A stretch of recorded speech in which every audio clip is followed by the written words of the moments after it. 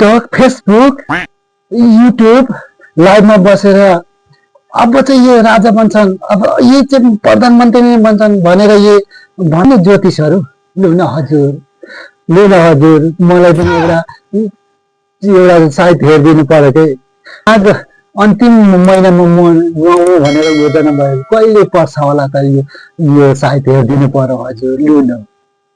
फेरि मेरो त ठ्याक्कैसँगले 3 महिना कट्यो कि जो कस्तो खस गरेर चिलाउन थालिहाल्छ। अब अलिअलि कता चिलाउन थाल्दै फेरि सुन्नु न, हिजो नै बुढीले अब चाहिँ अर्को महिनामा नआउन भने तिमी मसँग सुत्न पाउँदैन खै भन्थ्यो।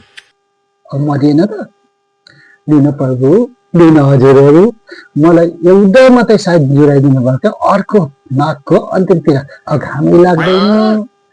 त्यही भएर म त आगो ताप्दै बसेको छु।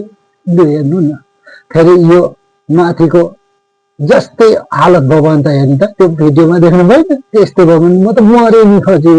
लु न, मलाई एउटा साइड चाहिँ नाकको अन्तिम सातामा ठ्याक्कैसँग जुराइदिनु न, यति मात्रै मैले बिन्ती गरेँ।